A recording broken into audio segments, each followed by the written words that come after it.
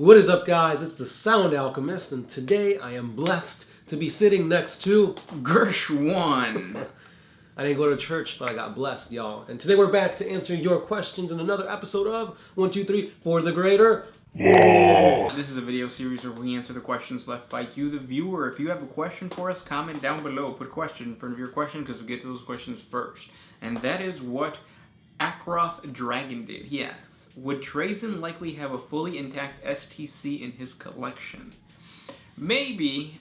Out of all of, because that's not specifically stated. Let's go back first. Okay. If you don't know who Trazyn is, first of all, he is a Necron Lord from the Saltec Dynasty? Maybe, yeah.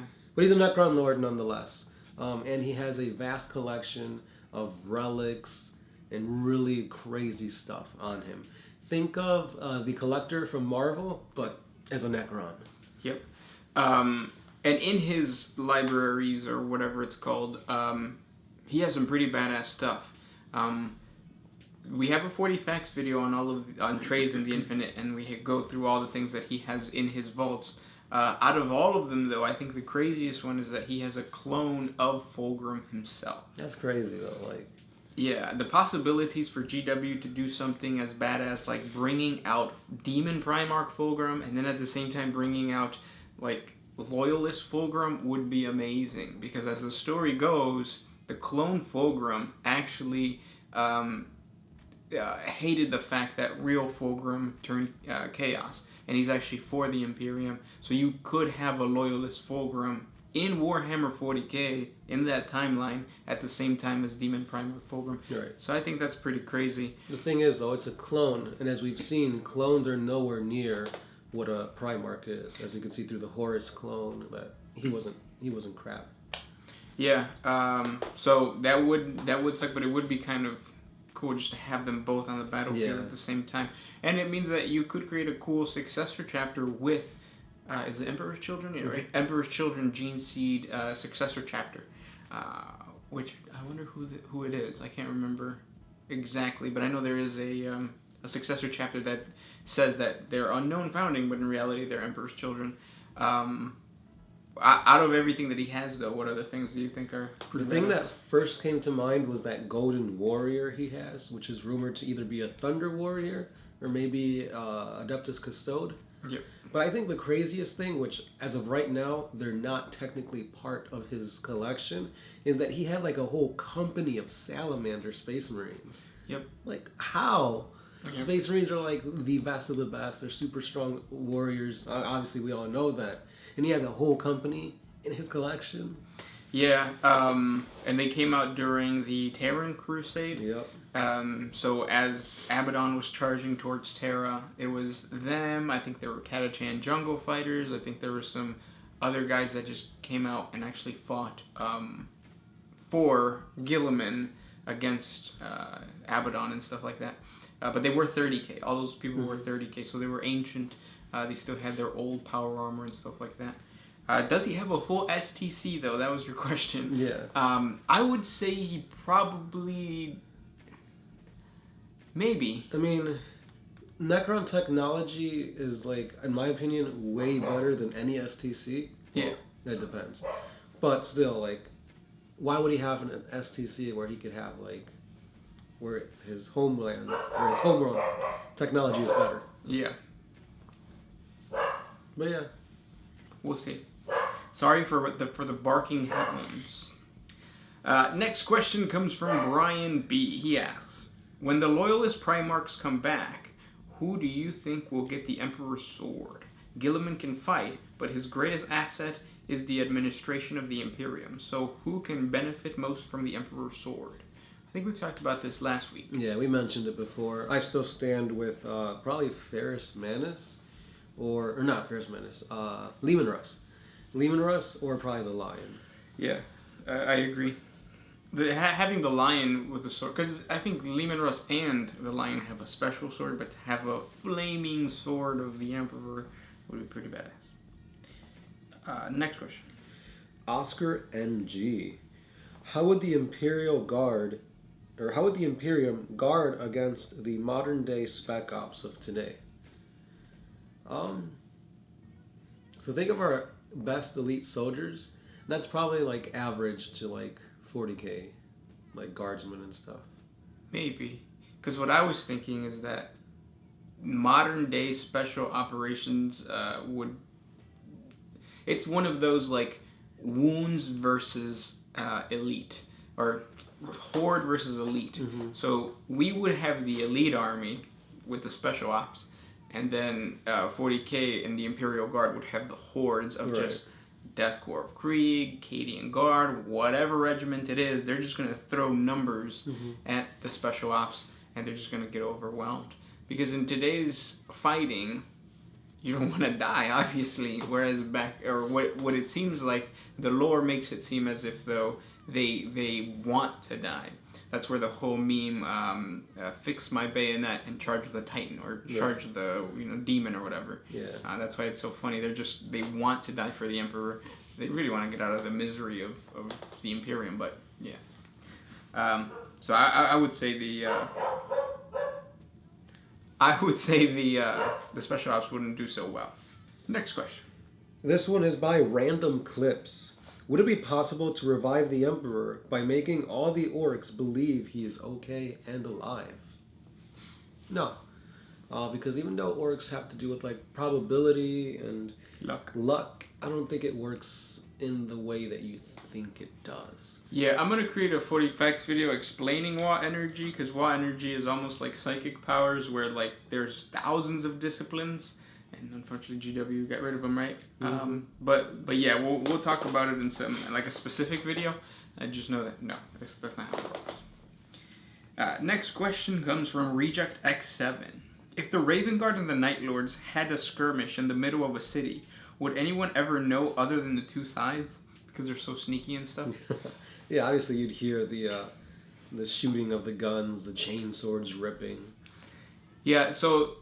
The way I see it is that like Space Marines, like the Raven Guard, that sneak up on a foe, it's usually it's quiet up until the engagement, and then the engagement is just like a regular Space Marine just trying to rip each other apart, guns blazing, bolters firing. Because aren't bolters just like naturally like super loud? Yeah. And that's part of the reasons why if a human uses a bolter, like, not only is the recoil so bad that it can break their entire bodies, but the sound is like... Yeah, it'll rupture organs and stuff. Yeah.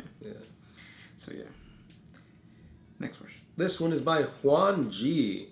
How many chickens do I have to sacrifice in order for you guys to answer my question?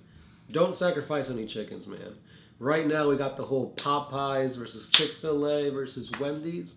We need all the chickens we can get.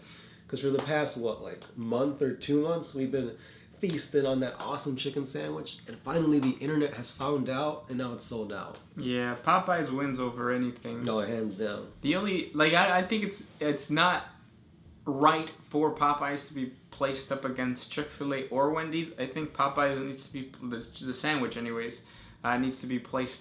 or needs to compete against Raising Cane's, because Raising Cane's is also like that juicy, like flavorful sandwich, whereas like Wendy's and Chick-fil-A, they're bland compared to Popeyes and Raising Cane's. So I think that would be more of an interesting fight. Popeyes versus Raising Cane's. Have you had Raising Cane's? I've not. We should go today. It's really, really good. Where is there? Is it by the mall? Right across the street from Popeyes. It's funny because there's Popeyes. Right next to Popeyes is Chick-fil-A. And across the street. Yeah, it's Raising Cane's. Yeah, it's you can't go to Popeyes right now. You won't be able to get anything. And it's funny because the last time we were at Popeyes, 6 people came back because their orders were messed up. You could just imagine how it is now. Oh, dude. But yeah. What was this question? Oh, chickens, right? Yeah, don't sacrifice chickens. Next question comes from Albion. How would Gilliman react to a chapter refusing Primaris Marines? Ooh. I think that Gilliman would definitely respect the fact that Space Marine chapters are autonomous, and he'll say, okay, if you guys don't want the Primaris Gene Seed, then don't take the Primaris Gene Seed, but just know that you're fighting at a disadvantage. And I don't think any Space Marine chapter would deny Gilliman. Yeah. Or just logically, it's like, well, why would you not want to use the latest technology in a war? Even though the Templars are kind of They are. Because they're zealots. Well, all Space Marines are. Yeah. Next question. Nick Stansberry. How long does the Emperor have before his body is completely rotted away?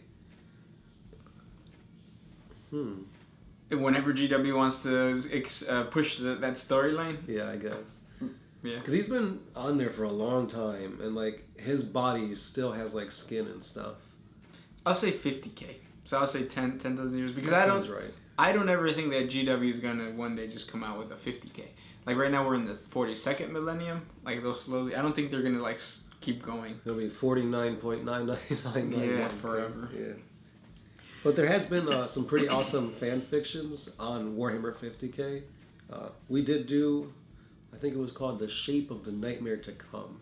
It's a really old video, but it's one of my favorites, so check it out. Next question comes from Toasty.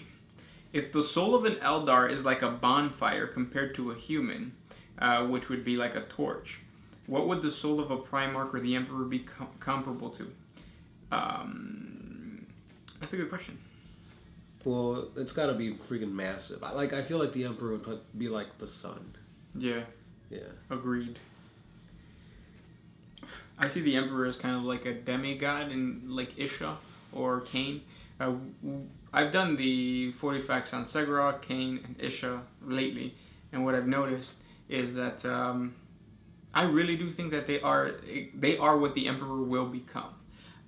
Once the Emperor dies, or once the Emperor fully like becomes a warp entity, I think he will become a god, just like Isha, Segura, and Cain. Next question. Eustace Bag. Do Primarchs still have their PP?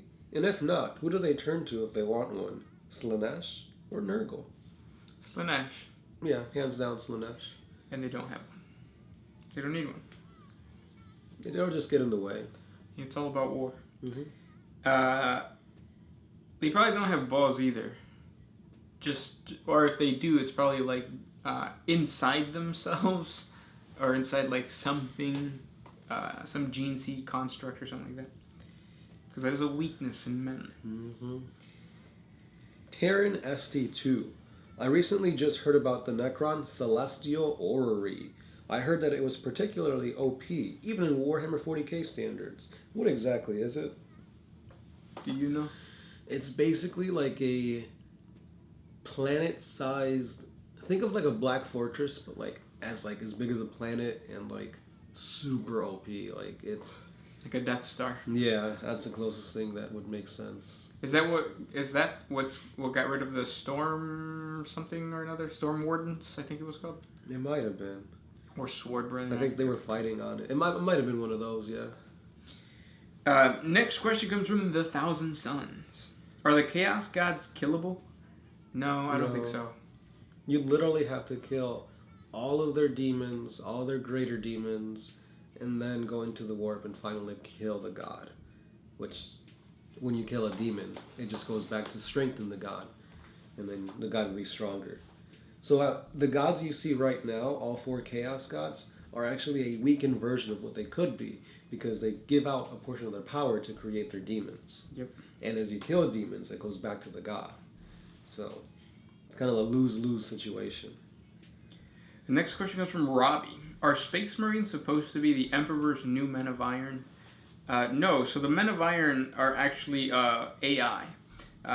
So the Space Marines are the Emperor's new Thunder Warriors. Mm-hmm. The Men of Iron, I don't think they would ever try to create Men of Iron again. I don't think the Emperor ever wanted to put the future of humanity outside of the hands of humans, which is why he was working on the Webway project and why he eventually was going to kill off the Space Marines. He didn't want Space Marines, or specifically he didn't want Primarchs to rule over humanity. He wanted humans to rule humans, so it was just like they were just what is it called? Like a placeholder until the galaxy was fully conquered. But yeah.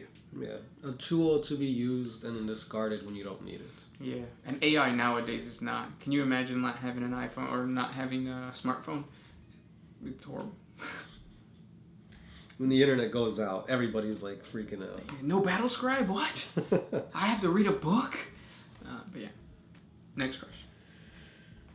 This one is by Jordan Rice. Has anybody ever used a custom Star Wars themed Space Marine chapter before?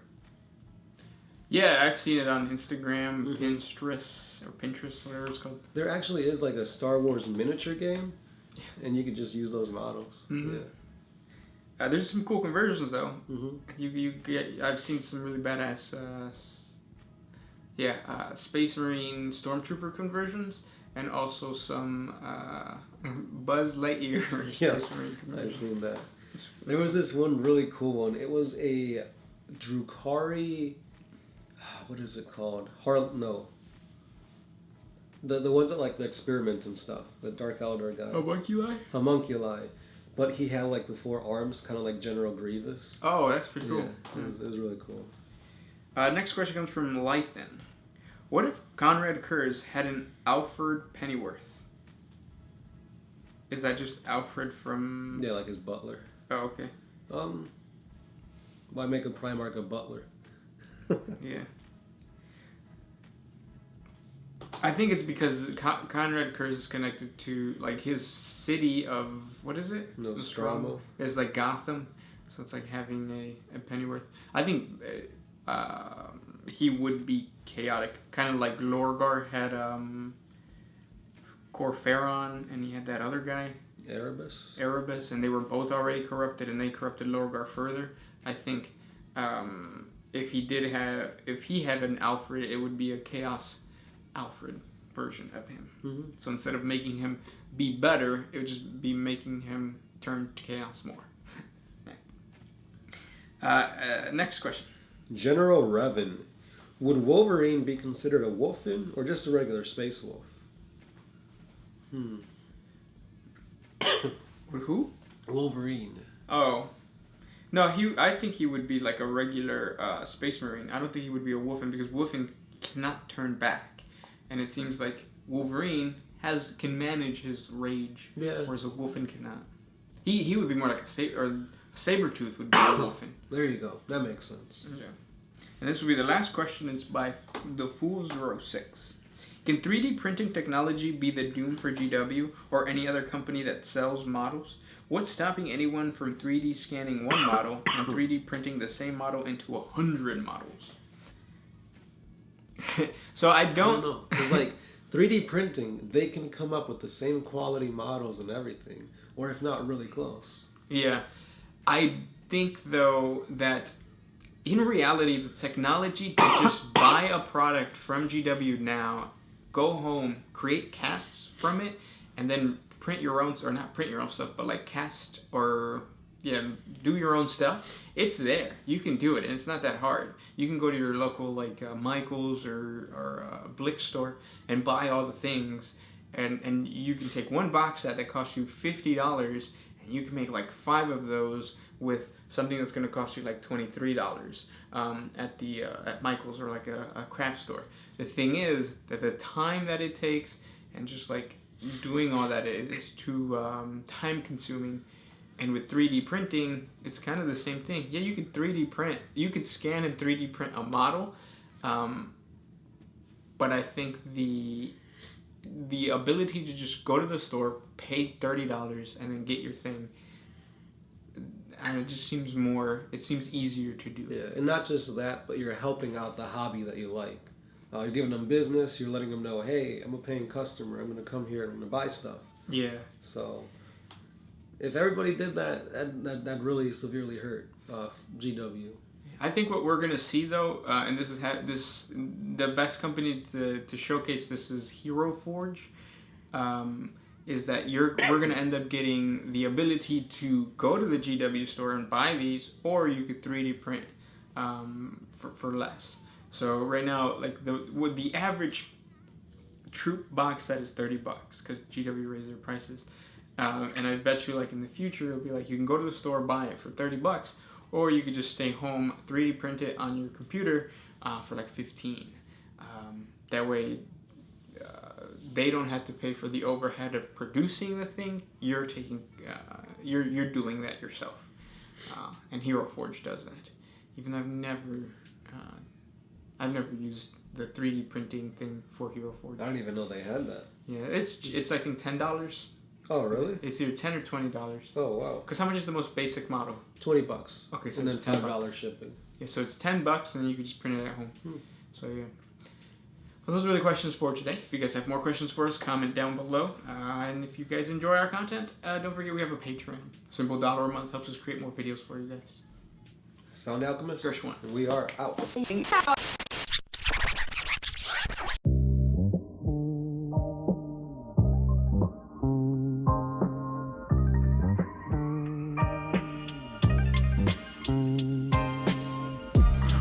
I used to put my freedom first.